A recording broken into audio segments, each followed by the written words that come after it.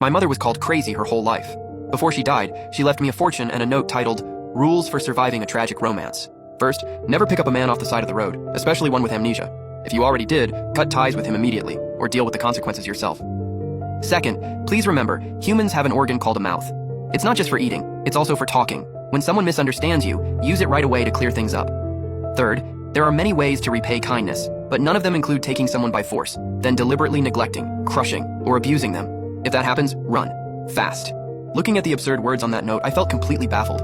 Everyone said my mother was crazy, but I never thought so. I only felt that she was a very unusual person. She was always telling me stories that didn't seem like they belonged in this world. Like river snails being enslaved by men, rich young ladies reduced to digging wild greens just to survive, and girls so blinded by love they couldn't see people clearly. Women who saw a man and immediately threw themselves at him, only to end up with one hand holding an old ox. With one hand she digs up wild greens, one child in her arms and another on her back.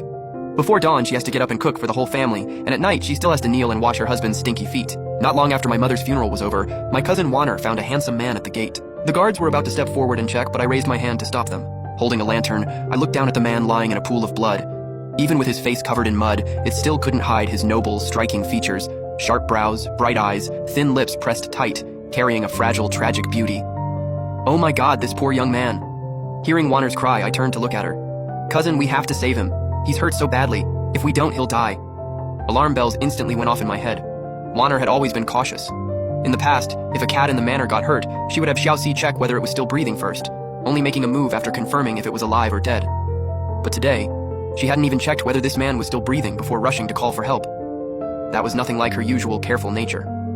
Plus, my mother had just passed away, and I was still an unmarried young woman. If I suddenly stepped in to save some man whose identity was completely unknown, who knows what people would say. Warner grew up with me, so there's no way she hadn't thought of that. More importantly, I suddenly remembered the note my mother left before she died. The very first line warned me, "Never pick up a heartbroken man." With that in mind, I watched the whole farce with a cold stare and sharply shook off Warner's hand. "Everybody, back off!" I barked. The guards immediately drew the sabers at their waists and moved to shield Warner and the maids behind them. I turned to Wang Chai, the quickest servant of the bunch, my voice calm and completely steady. "Go report this to the Jingzhou Prefecture. Tell them there's a clue to a murder case at the Shen residence gate. An unidentified thug is lying dead on the front steps. Ask the officers to come investigate at once." After saying that, I pulled a handkerchief from my sleeve, covered my nose and mouth, and took 2 steps back in disgust. Hearing my orders, Warner's eyes widened in disbelief and she started crying out. "Cousin, how can you be so cold-blooded? She's still alive. You saw someone dying and did nothing. How can you live with that?" Hearing Warner sound so different from her usual self, I let out a cold laugh. "If he dies, I'm the prime suspect. If he lives, I'm harboring a fugitive. Warner, are you really so kind that you'd have the entire Shen family executed with you?" Every word I said was firm and airtight, instantly shutting down all of Warner's crying and protests. When I finished speaking, Warner collapsed to the ground, sobbing uncontrollably. Not long after, the constables rushed to the scene, cursing the whole way. "Who dares make trouble in front of the Shen residence in the middle of the night?" The lead bailiff glanced at the man on the ground and grabbed him by the collar like he was dragging a dead dog. I watched as the officers dragged the man away, and the unease in my heart eased a little. But 3 days later, things didn't die down the way I expected. Steward Shenfu stumbled into the study. "Miss, this is bad. Not only has the Yamen not closed the case, rumors are spreading all over the city." Hearing that, I set down the wolf hair brush in my hand. "What rumors?" "The handsome young man at the clinic, surnamed Lai. The man claimed he was your fiancé from an arranged marriage made before birth, and those rumors spread like wildfire, sweeping across all of Jiangnan in less than half a day. Everyone thought I, the eldest daughter of the Shen family, had heartlessly turned away my fallen fiancé just to keep up appearances, and the tide of public opinion started pushing the Shen family into a corner. I knew this couldn't be dragged out. The longer it went on, the easier it would be for us to get swept up in it. So I immediately ordered the carriage prepared and told the steward to bring the Shen family genealogy, passed down from the founding ancestor to the present day. At the same time, I sent someone on a fast horse to the Jingzhou Prefecture office to retrieve the archived copy of the marriage registration. The Shen family had been merchants for generations and always followed the rules, so the duplicate record had long been preserved, and thanks to our connections at the Yamen, everything was brought back within half an hour. I took those documents with me to Huichen Hall in the south of the city. Outside, a crowd had already gathered to watch the drama. I stepped down from the carriage and walked straight into the main hall of the clinic. The man had bandages wrapped around his head and was leaning against the bed. The moment he saw me walk in, his eyes instantly turned glossy, full of confusion and hurt. "Qingqi, you finally came to see me. Even though I can't remember anything, even if I've forgotten the whole world, deep down, the only name I still remember is yours." I quietly walked to the table and spread out the family genealogy and the archived marriage record. Turning up the volume, I swept my gaze across the crowd. "Listen up, everyone. This is my Shen family's genealogy, and this is the marriage record pulled from the local authorities. It bears the official seal of the Jingzhou Prefecture. Article 38 of the Great Zhou Code states that any marriage arrangement must have parental consent, a matchmaker's word, and must be registered with the local Yamen. My Shen family records are completely clean. This so-called childhood betrothal this gentleman speaks of is pure nonsense. The onlookers immediately started whispering among themselves. Seeing this, the man's expression shifted slightly as he continued in a weak voice. Jinxie, are you really going to be this heartless? Is everything between us reduced to nothing but these cold documents? Hearing that accusation, I only found it laughable. He wanted to use his disappointment and some made-up emotional bond to guilt-trip me, so I decided to shut him up with something real. Money. I pulled out a bill the accountant had already prepared and slapped it right in his face. Since you're not my fiancé, then let's settle the accounts. I pointed at the items on the bill and rattled them off at top speed. Late-night errand fee for the constables, 12 taels. The bluestone slab in front of my estate gate that you dirtied, cleaning fee, 22. Add today's slander, and the damages your actions caused to the Shen family's shops for a total of 152. Cash or an IOU? The man's chest heaved violently. A flash of disbelief crossed his eyes, and he coughed up a mouthful of blood before fainting on the spot. After the chaos at the clinic was finally dealt with, I had just stepped through the gates of the Shen residence when I sensed something was off. The gatekeeper hurried up to me, trembling. Miss, the clan elders.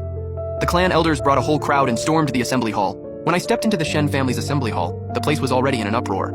Several elder uncles sat there throwing their weight around from their grand armchairs, their canes pounding against the blue brick floor loud enough to shake the room. Disgraceful. Absolutely shameless. The third grand uncle saw me come in and immediately slammed the table, roaring, "You're an unmarried young woman, yet you showed your face at the clinic and even argued with some strange man in the street. You've utterly disgraced the Shen family's century-old reputation." Listening to their accusations, my expression didn't change. I walked straight to the seat of honor and sat down. Then second uncle chimed in right after them, using the excuse of what's best for me to start piling on the pressure. Jinxie, a woman always ends up relying on a man. With a temper like yours, who would ever dare marry you? If you ask me, you should hand over the household seal and let us elders manage it for now. Hurry up and marry someone or bring that fiancé of yours back. At least that way your reputation will stay intact. Watching their impatient faces, so eager to carve up the Shen family fortune, I let out a cold laugh inside. Ever since I took over the household, I had already ordered the accountants to thoroughly investigate how they had been draining the business and embezzling funds for years under the name of the Shen main branch. I kept those account books for this exact day, in case they ever pushed their luck. And now that they came to my door on their own, it was the perfect time to settle old and new scores together. I patiently listened to their long-winded speech, then raised my hand and signaled the guards waiting outside the door. Lock the doors. As the heavy door slammed shut, the entrance to the council hall was firmly locked. Seeing this, the clan elders' shouting came to an abrupt stop, and shock spread across their faces.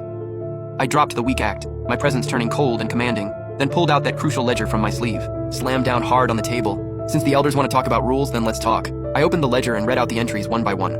Second uncle, your silk shop on the east side of town lost 8,200 taels last year, and it was only covered up by the family's bank behind the scenes. Fourth uncle, I still have the receipts proving you secretly embezzled public funds to deal in illegal salt permits. With every charge I read out, the faces below turned a shade paler.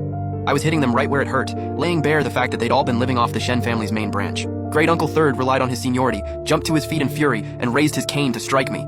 "You little brat, how dare you check my accounts?" I stayed seated without moving an inch, only coldly saying, "Great Uncle Third, the mistress you keep in the west side of town, and the 32,000 tael gambling debt your precious son owes to the betting house. Tomorrow, if I cut off the bank's cash flow, just guess what'll happen to your whole family." The moment he heard that, Great Uncle Third's cane froze midair. He was shaking all over, and cold sweat instantly soaked through his back. In the Shen family, whoever controls the money makes the rules. I used the most practical kind of leverage to instantly put those high and mighty elders in their place. If anyone dared bring up reputation and women again, I'd cut off his money. After I laid down the rules, the council hall fell completely silent, with only the elders' heavy breathing left in the room. Just then, a frantic pounding came from outside. The gatekeeper stumbled over himself as he shouted from the door, "Miss, this is bad. General Gu Yunting of Zhenyuan has brought his personal guards and surrounded our residence.